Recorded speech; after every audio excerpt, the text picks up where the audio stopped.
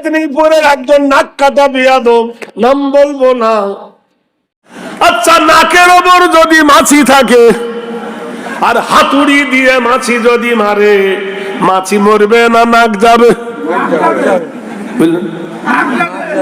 এই মেদিনীপুরের একজন নাক কাটা বিয়াদব, নাম বলবো না, রোহিঙ্গা বলে মুসলমানকে তাড়াবো বলে ধনাই করতে লাগলো। নাকের ওপর মাছি মাছ বসলো আর হাতুড়ি দিয়ে মারতে গিয়ে মাছি ভো করে উড়িয়ে গেল, নাক থেবলা হয়ে গেল। 250 ঘর বললো তোরা মুসলিম, রোহিঙ্গা কি নাম, রোহিঙ্গা বাংলাদেশি আমরা। 250 ঘরের মধ্যে প্রমাণ হয়ে গেল একটা মুসলমান মেম্বারের নাম আসেনি। নারায়ে তাকবীর। ও নাক গেছে না আছে? চিল্লায়ে বলল, আমরা ক্ষমতা এলে ঘুষ খাওয়া বন্ধ করব। খেয়ে স্বাদ মিঠে গেছে বলে বন্ধ করব। বউকে 3 ছেলের মা করে বলছে আই লাভ ইউ বলার বাদে হচ্ছে তালাক দিয়ে দেবো। তার 12টা বাজাবার পর কথা বলছেন, নিজে খেয়ে পেট মোটা করলো। অনেক দলিল আছে যে কুরবানির দিনে গরুর গোশত খেয়ে পেট মোটা করেছে, আর এখন বলছে গরু। আচ্ছা ঠিক আছে ঠিক আছে, আলীর নামে কালী কেন, কৃষ্ণ কেবল তোমরা চেনো। মক্কা না মথুরাতে জমজমা যমুনা জল। নির্লজ্জতের লজ্জা কথায় থাকলে কিছু হতো বল, লজ্জা থাকলে তো নির্লজ্জত হবে, তো লজ্জাই না। পরে একদিন প্রমাণ হবে খোঁজা, এই জন্য বিয়েই করে নাই। যাক, একবার জোরে নারায়ে তাকবীর বলা যাবে? নারা মানে উঁচু, তাকবীর মানে ভলি। নারায়ে তাকবীর। আমাদের মুর্শিদাবাদের 2টো মেয়ে এর থেকে জোরে ঝগড়া করে, ইয়ে পড়ার আওয়াজও পড়ায় চলে যায়। আরেকবার হবে? নারায়ে তাকবীর। আসছে দিন ইনশাআল্লাহ। কবি সম্রাট নজরুল একটা গান গেয়েছিল, খুব দামি গান। কি বলুন তো? কোন একদিন এদেশের আকাশে কালেমার পতাকা উড়বে ইনশাআল্লাহ। জোরে বলুন সেদিন আর নেই বেশি বাকি, কিছু দূর আগে গেলে মিলবে। কোন মেয়ের যখন বাচ্চা হয়, প্রসব বেদনা হয়, তো মা কাঁদে যে আমার মেয়ের একটা ছেলে হবে, আমাকে নানি বলবে। শাশুড়ি কাঁদে আমার বৌমার একটা ছেলে হবে, আমাকে দাদি বলে ডাকবে। কাঁদে, সে কান্নাটা কিন্তু সুখের কান্না। ভারত এখন ছটফট করছে, প্রসব করবে। কি করছো? ছটফট করছে, ছেলে হবে। সেই ছেলেকে প্রসব করার জন্য ভারত ছটফট করছে। 2030 সালে ইনশাআল্লাহ ভারতের মাটিতে মুসলমানের হাতে কিছু আসবে। নারায়ে তাকবীর। কারণ সাচার কমিটি রিপোর্টে মুসলমানের জনসংখ্যা দাঁড়াবে কত? 70 কোটি। 70 কোটি যদি মুসলমান একবার হয়ে যায় ভারতে, অনকুম জনকুমুর খনকুম। এই জন্য দাঁড়া ভাই, চাটা একটু খেয়ে নি না, খাবো। তারপর তো তুমি কি করবেন? জিকির করেন লা ইলাহা ইল্লাল্লাহ, লা ইলাহা ইল্লাল্লাহ, লা ইলাহা ইল্লাল্লাহ, মুহাম্মাদুর রাসূলুল্লাহ। ঠান্ডা ভাইরা আমার, মুসলমান বানিয়েছেন মসজিদ, হিন্দুরা বানাইছে মন্দির। আমরা কোন মন্দির দেখে ঘৃণা করি না, আমরা কোন প্রতিমা দেখে ঘৃণা করি না, আমরা কোন ঠাকুর দেখে ঘৃণা করি না। তোমার ধর্ম তুমি করছো, আমার ধর্ম আমি করছি।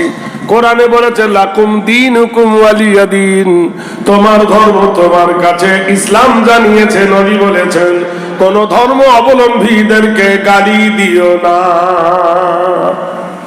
এই জন্য দেশে দুর্গা পুজো হয়, সরস্বতী পুজো হয়, কালী পুজো হয়। হিন্দুদের মুসলমানরা কোনো অসুবিধা করে না, কিন্তু তোমাদের দেবতার মন্দির আর আমাদের আল্লাহর ঘর নিয়ে এত দ্বন্দ্ব কেন? ভারতবর্ষের মাটিতে মন্দিরের দুশমন নাই, ভারতের মাটিতে স্কুলের দুশমন নাই, ভারতের মাটিতে কলেজের দুশমন নাই, ইউনিভার্সিটির দুশমন নাই, নার্সারির দুশমন নাই। ভারতের মাটিতে মসজিদ আর মাদ্রাসার দুশমন কেন? এর একটাই কারণ, চিনিও সাদা, লবণও সাদা, কিন্তু লবণে কোনোদিন পিঁপড়ে লাগে না। লাগে না? পিঁপড়ে লাগে কিসে? চিনিতে। এই জন্য মসজিদ হলো চিনি, তাই পিঁপড়ে লেগেছে। মাদ্রাসা হলো চিনি, তাই তোর শত্রু লেগেছে। ভাইরা আমার, বন্ধুরা আমার, কেন এত শত্রুতা? আচ্ছা, নামা বলি যদি গায়ে দিয়ে দেয়, ওরা কে যাচ্ছে? বলে ঠাকুর যাচ্ছে। একজন পৈতওয়ালা যদি যায়, কে যাচ্ছে? বলে ব্রাহ্মণ যাচ্ছে। একজন ন্যাংটা যদি যায়, তা বলছে ন্যাংটা সাধু যাচ্ছে। একটা ন্যাংটা মাথায় জটওয়ালা যদি যায়, তা বলে সন্ন্যাসী যাচ্ছে। আমরা কিছু বলি না।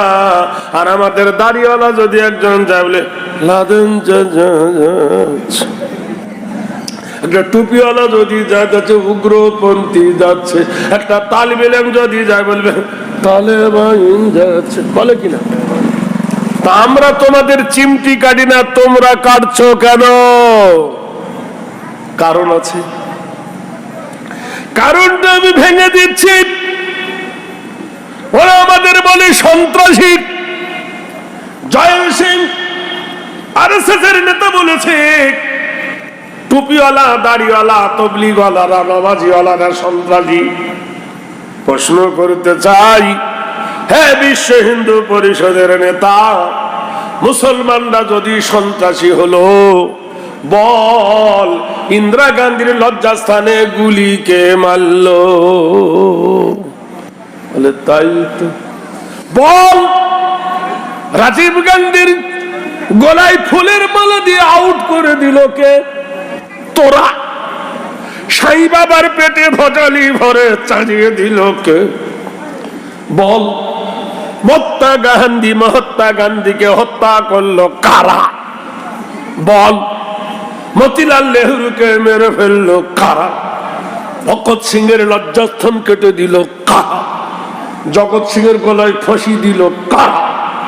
নেতাজি সুভাষকে জনমের মতো হারিয়ে দিল কারা? এটা কোনো মুসলমান ছিল? তবে যে বলে মুসলমান সন্ত্রাসী, তবে যে বলে মুসলমান উগ্রপন্থী, তবে যে বলে মুসলমান আতঙ্কবাদ। ভারতবর্ষের মাটিতে কোন মুসলমান আতঙ্কবাদ হতে পারে না, আর কোন মুসলমান আতঙ্কবাদী নয়। আর যদি কেউ আতঙ্কবাদী হয়, সে মুসলমান নয়। কারণ কোরআন বলেছেন লা ইকরাহা ফিদ্দীন, দিনের ব্যাপারে জোর নাই, জুলুম নাই। যারা কোরআন মানে না, তাকে আমরা মুসলমান বলি না। জোরে বল না। বাহ, সে অন্য দলে চলে গেছে। মুসলমানের ঘরে জন্ম নিয়েছ, তাই জন্য মুসলমান বলা যাবে না। দাড়ি ছড়েছ, মুসলমান বলা যাবে না। রবীন্দ্রনাথের দাড়ি ছিল না, তাহলে কি মুসলমান? মোরারজি দেশের দাড়ি ছিল, মুসলমান। অরবিন্দুর দাড়ি ছিল, মুসলমান। জোরে বলুন। গুরু নানকের দাড়ি আছে, তাহলে মুসলমান? আশ্চর্য কোথাও তো বড় বড় দাড়ি, তবু হবে না? না, রামকৃষ্ণর দাড়ি ছিল, কিন্তু রবীন্দ্রনাথের ভাগ্য কত ভালো, এই সময় যদিও বেঁচে থাকতো, আমরা এইটুকু দাড়ি রেখে যদি হই চাচা, ও যে কত বড় চাচা হতো তো আল্লাহ জানে। ঠিক কিনা? তাহলে রামকৃষ্ণ ক নম্বর চাচা হতো ওটাও বলা যেত না। যদি বলো টুপি, জাওহরলাল নেহরুর মাথায় টুপি ছিল, মুসলমান? জোরে বলুন। মতিলাল নেহরুর মাথায় টুপি ছিল, মুসলমান। নেতাজি সুভাষের মাথায় টুপি ছিল, মুসলমান। তো টুপি বললে মুসলমানও ভুলে যাবে না। মুসলমান আর কাফেরের মধ্যে পার্থক্য কি?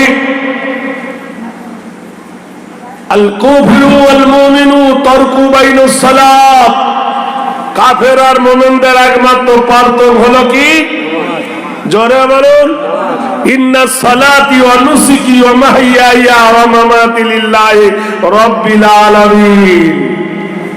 যে কটা এখানে তোরা চা খেতে গেলি, কোথায় গেলি? আয় না তো গোষ্ঠী শুদ্ধ গাল দিব। চলে আয় না, তুই এমন দোয়া করবো তোর বউ পালাবে জানলা ভেঙে। যে যুবক গুলো গিয়েছে এখানে, আয় তাড়াতাড়ি আয়, ওই চাটা দেন। ভুলে গেছি, কি জ্বালা। আল্লাহু আকবার।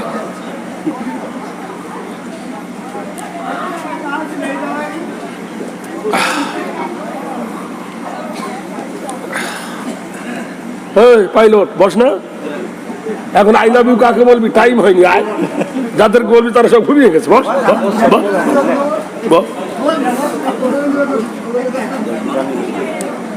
এরপরে পীর সাহেব আছে।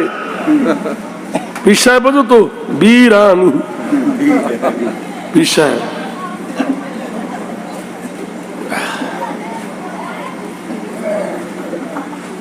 আল্লাহ ধরে থাকুন, যদি পড়ে যায় কি জ্বালা। বড় কাপ ছাপটা মতো দাও।